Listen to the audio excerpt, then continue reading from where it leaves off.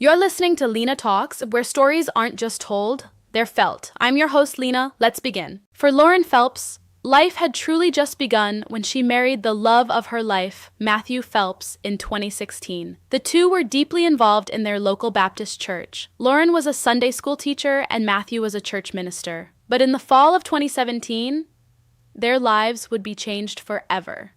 In the middle of the night, a crime of unspeakable proportions took place in the Phelps household, a crime that Lauren would not survive. When Matthew called 911 and reported the crime to investigators, the statements he gave were haunting, confusing, and unlike anything investigators had ever expected. Unfortunately, this is one of those cases where we don't have a lot of backstory. I'm not sure if Lauren and Matthew's family wanted to maintain their privacy after the crime, or if reporters simply didn't get many interviews. But whatever the reason, the early lives of both Lauren and Matthew are largely a mystery. And believe it or not, most of the information I was able to find about this couple came from Instagram, of all places. I found out that Lauren was involved with a company called Scentsy. Scentsy is a service very similar to Avon and countless other programs where you sign up through their website, sell products, and earn a commission. Scentsy specifically deals in fragrances like wax warmers and candles. And no, they are not a sponsor, just so you know. Honestly, Scentsy gives me a bit of a pyramid scheme vibe, but I don't know enough about them to say that for certain. Just an impression. Anyway, Lauren joined Scentsy sometime in 2015 or 2016, and it seems like she was doing quite well. She received several awards during her time with the company, and while her boyfriend and soon-to-be husband Matthew was attending school and training to become a pastor, Lauren was working from home through Scentsy and supporting their lifestyle. For those of you who may not know much about the Baptist church, and honestly I'll admit I don't know a whole lot either, a pastor is someone who leads church services, delivers sermons, and sometimes even counsels members of the congregation. Lauren and Matthew first met around mid-2014. The first mention of Matthew on Lauren's social media was in the fall of that year, and the two seemed to hit it off immediately, officially becoming a couple in November of 2014. Lauren's family says the two seemed destined for each other. Matthew came across as an honest, clean-cut guy. For Lauren, it finally felt like life was falling into place. After meeting Matthew, Lauren became even more involved in their church. And when Matthew announced he wanted to study to become a pastor, Lauren was more than happy to support him. We don't know exactly how the two made ends meet during that time, but whatever they were doing, they seemed incredibly happy doing it. On Valentine's Day 2016, Matthew proposed, and the two got married later that same year. On social media, everything looked perfect, but social media is only a glimpse into people's lives, not the full picture.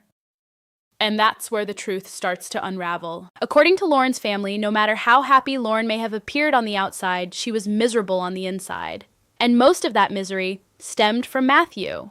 Once the two got married and combined their finances, Lauren began to discover things about Matthew she never could have expected. Matthew had a serious problem with money. He was spending like there was no tomorrow, while his income was practically nothing in comparison. Lauren's friends say his lifestyle was completely unsustainable, no matter how you looked at it. Lauren, who was known for being resourceful, careful, and honest, spoke to Matthew about it again and again. Matthew made attempts to cut back, but he simply couldn't shake the habit. For some people, spending money is an addiction, a way to mask the pain they're feeling inside, and it certainly seems like that was the case for Matthew. Matthew was unhappy with his life. On the surface, he had everything: a loving wife, a fulfilling job, a nice car. But it wasn't enough for him.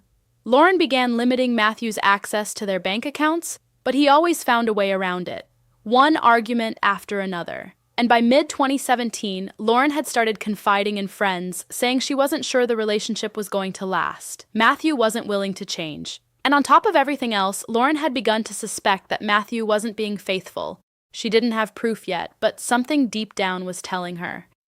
And then there's Matthew's dark side. Matthew's world was very different from Lauren's. Lauren loved cute outfits, Star Wars, dogs, and children. Matthew, on the other hand, had an affinity for horror movies and the macabre, particularly one film, American Psycho. If you haven't seen it, the main character, Patrick Bateman, is an investment banker who secretly lives a double life as a serial killer. Matthew was obsessed with this film to a disturbing degree. He would even dress up as characters from the movie on holidays. But things got much darker when, one day, over drinks with a friend, Matthew casually brought up the topic of serial killers. And not just that.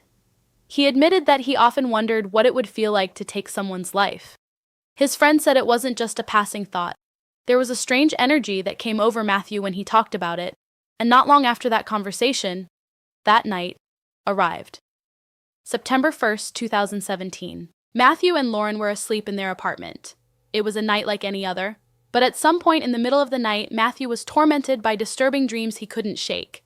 Matthew had struggled with sleep for a long time, and on this particular night, he had taken a high dose of cough medicine after hearing from a friend that it could help him sleep. But one of the side effects of that medicine was that it could cause extremely vivid, wild dreams, and Matthew was experiencing that firsthand. He never revealed what those dreams were about, but they were so disturbing that he got out of bed to clear his mind. He walked over to the bedroom doorway and turned on the light, and when he turned around, Lauren was on the floor. The entire bedroom was covered in red. There was a knife on the bed, and Matthew himself was covered in red from head to toe. Matthew dialed 911, and what he told the dispatcher during that call was chilling.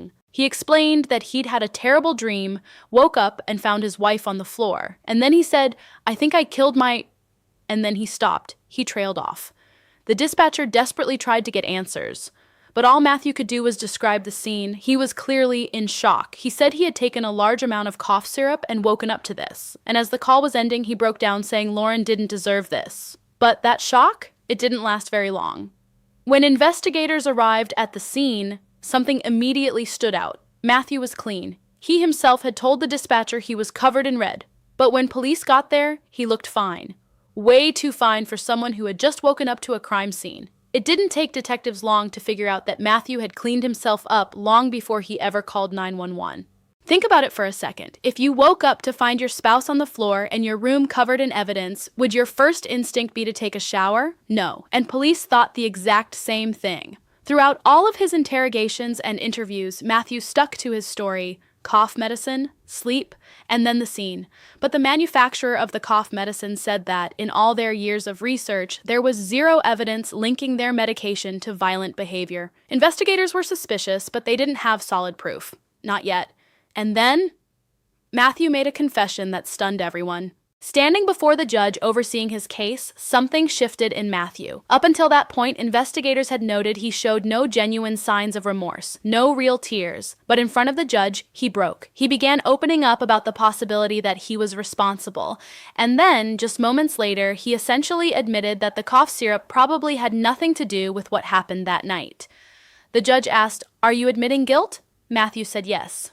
Meanwhile, investigators had tracked down multiple social media accounts belonging to Matthew. One was called Marty Radical, where he almost exclusively posted screenshots and quotes from American Psycho. The account has since been set to private, but the profile picture is still visible. It's an image of Christian Bale from the film, covered in red, so it's pretty safe to say the allegations are true. His other account, Uncanny Maddie, had a bio that read, "I'm just a pitiful anonymous drifting into the abstract. I can't seem to tell if I'm dreaming anymore." Police believe that Matthew's obsession with American Psycho, combined with his rage over Lauren trying to control their finances and possibly threatening divorce, pushed him over the edge. They believe he inflicted over 120 individual wounds on his wife, then calmly cleaned himself up before ever picking up the phone. Matthew never officially admitted to that. But it doesn't take much imagination to connect the dots. Lauren's family has spoken out extensively about this case.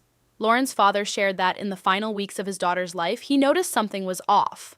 She seemed paranoid, afraid, like something was weighing heavily on her.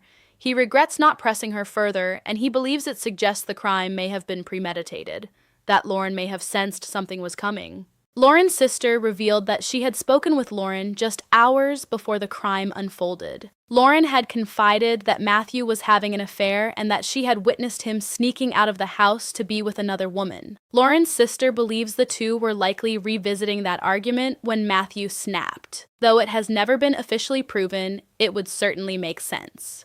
Lauren's mother described Matthew as a master manipulator. She believes the crime was planned months in advance.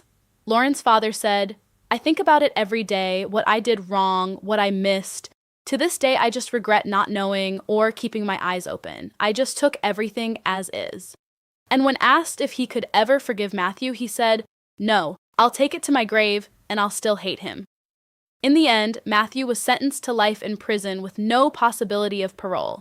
Now, I already know that a handful of people are going to head straight to the comments and start ranting about how a so-called Christian man did this, and how religion is a scam, and how the Bible promotes violence. Let me stop you right there. Matthew was not a Christian man, he was a fraud, a complete fraud. His own social media bio didn't even call him a pastor, it called him an entrepreneur. Christianity is about following the example Christ set, helping those who are less fortunate, loving your neighbor, and living by God's simple commands. Matthew was none of those things. He was a wolf in sheep's clothing, hiding behind a title he never earned. And yet, as painful as it may be to say, real Christianity does leave room for redemption.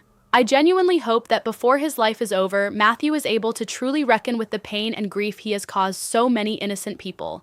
And maybe, just maybe, turn his life around before it's too late. That's all for today's episode of Lina Talks. If you enjoyed this kind of content and want to see more, make sure you hit that like button and subscribe. Dropping a comment down below helps the channel more than you might realize, so feel free to leave any comment at all. And if you'd like to support the channel financially, you can do that through the link below. Until next time, I'm Lina, and this has been Lina Talks.